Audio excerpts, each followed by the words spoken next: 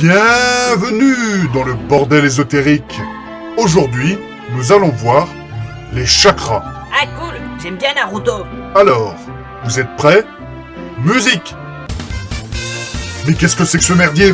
Oh merde, je me suis trompé de bouton. Attends, 2 secondes. Voilà. Ah, c'est mieux. Alors, les chakras. Mais que sont les chakras, pardi? Chakra est un mot qui vient du sanskrit. Ça veut dire roue ou disque. Cela vient du fait que les chakras ont une forme sphérique. Ce concept hindou date du 2e siècle avant Jésus-Christ. Il a évolué au fil des siècles à travers différents domaines comme le yoga, la médecine chinoise ou encore le bouddhisme. Ces chakras seraient des centres d'énergie situés depuis le bas de la colonne vertébrale jusqu'au-dessus de notre tête. Ils réguleraient l'énergie de notre corps afin de nous assurer une bonne santé physique, mentale et spirituelle. C'est pourquoi un déséquilibre de l'un d'entre eux peut amener différents maux physiques ou psychologiques. Les chakras peuvent être sous-actifs, c'est-à-dire entre guillemets moins intenses, moins ouverts. D'autres peuvent être suractifs, ce qui veut dire plus intenses, plus ouverts. Et comme ils sont reliés entre eux par des canaux, les suractifs compenseraient donc les sous-actifs. Il semblerait qu'il existe 7 chakras principaux, ainsi que des milliers de chakras secondaires. Et moi qui pensais que chakra était des rongeurs. Ah, il peut pas se taire celui-là.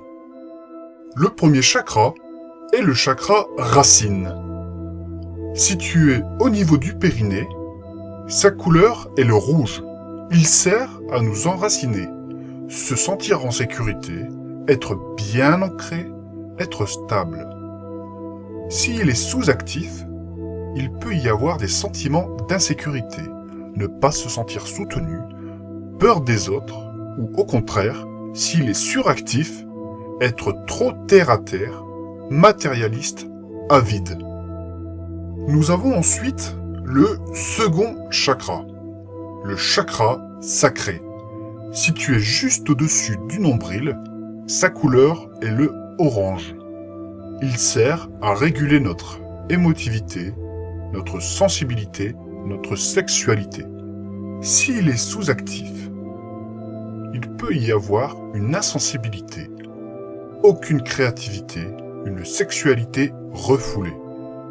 Au contraire, s'il est suractif, on peut être à fleur de peau, hypersensible, être très tourné vers la sexualité. Le troisième chakra, c'est le chakra solaire. Situé au niveau de l'estomac, sa couleur est le jaune.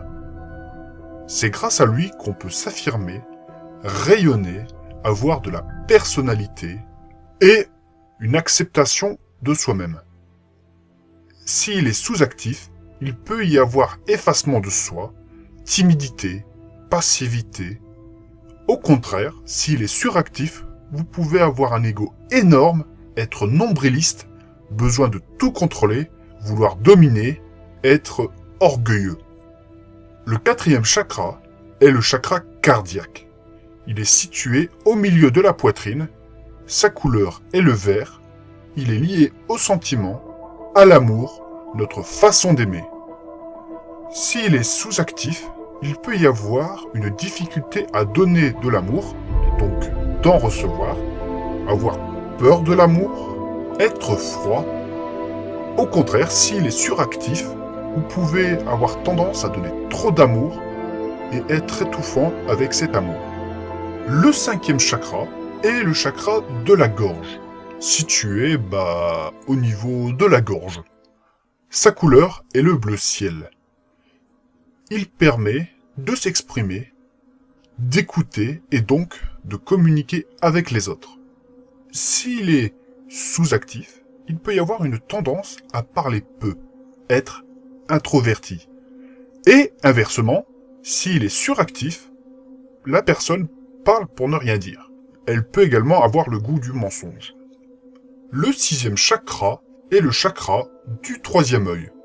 Situé entre les deux sourcils, sa couleur est l'indigo. Il permet de diriger l'intuition, la visualisation, voire la nature profonde des choses. S'il est sous-actif, il peut y avoir une tendance à être trop dans une vie matérielle, à ne pas être capable de penser par soi-même et être trop basé sur des croyances. S'il est suractif, il peut y avoir une vie ésotérique trop forte et une tendance à devenir un illuminé. Le 7e chakra est le chakra coronal. Situé sur la fontanelle, sa couleur est le violet. Il permet de nous relier à l'univers, il nous fait comprendre qu'on fait partie d'un tout. Il est en lien avec la sagesse. S'il est sous-actif, il peut y avoir une tendance à ce que la personne se délaisse de la spiritualité, à ne pas trouver sa place dans le monde. Au contraire, s'il est suractif, il y aura une tendance à avoir une pensée envahissante par la spiritualité et donc délaisser ses besoins corporels. Sachez que le comportement d'un individu peut influencer ses chakras et donc se répercuter sur le physique. Par exemple, une personne qui n'ose pas dire des choses qui lui tiennent à cœur, elle va bloquer le chakra de la gorge et peut développer une toux envahissante. Mais attention, ce n'est pas une excuse pour prétendre que n'importe quel symptôme vient des chakras. Alors, qu'est-ce qui vous amène? Oh, je me sens pas très bien. J'ai des aigreurs d'estomac, j'ai la tête qui tourne et j'ai la sensation de perdre la fièvre. Eh bien écoutez, je vais regarder. J'ai lu que sur Doctissimo, ça pouvait être le chakra solaire qui faisait ça. Mais, c'est quoi cette odeur? Vous pouvez souffler pour voir? Oh la vache! C'est moi où ils ont sorti un dentifrice au whisky. Quoi? Vous avez encore bu, c'est ça? Bah, c'est-à-dire que... On vous a déjà dit d'arrêter. Votre médecin a dit que votre foie est jaune fluo et que c'était très très rare. Et ce n'est en aucun cas votre chakra solaire qui fait ça. Pour rééquilibrer les chakras, très souvent, il suffit de faire des choses simples. Comme, pour le cas de la gorge, tout simplement, dire les choses. Après, il existe d'autres méthodes, comme par exemple les magnétiseurs, qui vont manipuler et remettre en place vos énergies. Il y a également l'acupuncture, qui consiste à implanter des fines aiguilles au niveau de divers méridiens du corps, ce qui impacterait les chakras. On peut également utiliser des pierres. Non, pas toi, des pierres. Voilà. Certaines pierres ont la propriété de rééquilibrer certains chakras et peuvent également soulager différents maux. Comme pour les blessures de cœur, on peut utiliser de l'aventurine verte ou du quartz rose. Ce domaine s'appelle la lithothérapie. Je tenais à vous dire que vos petits cailloux là, eh bien ça marche bien. Eh bien super. Franchement, ça détend. J'en utilise plusieurs à la fois. Faites attention aux contre-indications, c'est comme les médicaments. Mais vous inquiétez pas.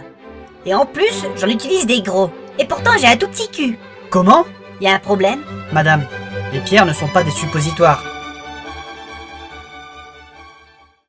Ces chakras sont très sensibles au monde extérieur. Un rien peut agir dessus. Alors, pour les protéger, il existe l'aura.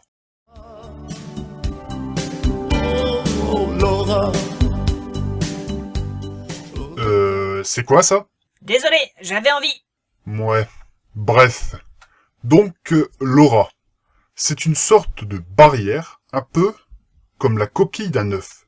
Elle protège les chakras, les énergies, les corps subtils qui sont situés autour de notre enveloppe physique et que nous parlerons dans une autre vidéo. L'aura peut subir différentes attaques par des entités extérieures, être affaiblie par la fatigue ou des choses fortes en émotion.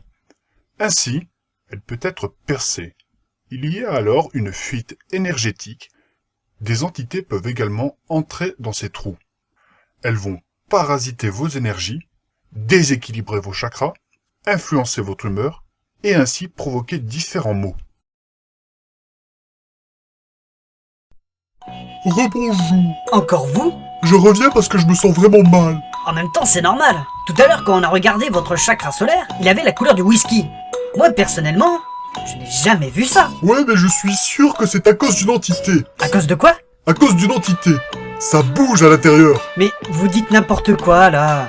D'ailleurs, je sens qu'elle va pas tarder à sortir, là. De quoi? Ah, les godasses! Mais vous pourriez faire attention, c'est du veau! Oh, ça va mieux. L'entité, elle est sortie.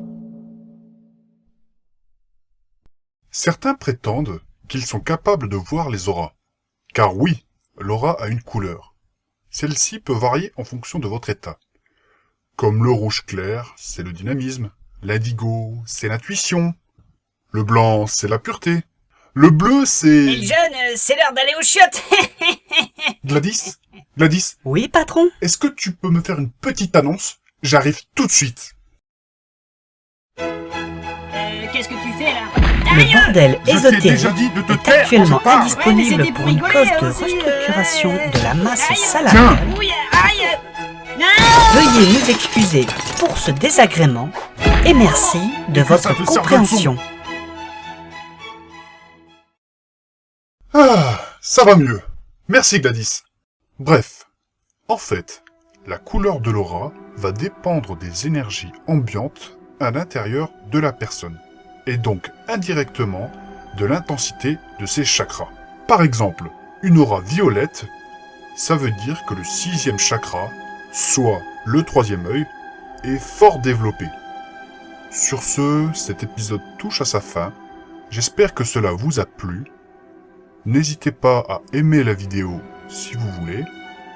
N'hésitez pas non plus à partager cette vidéo. En échange, je vous payerai un grec bien juteux. Vous pouvez également rejoindre la page Facebook ou Twitter. Et sur ce, à la prochaine. Allez, ciao!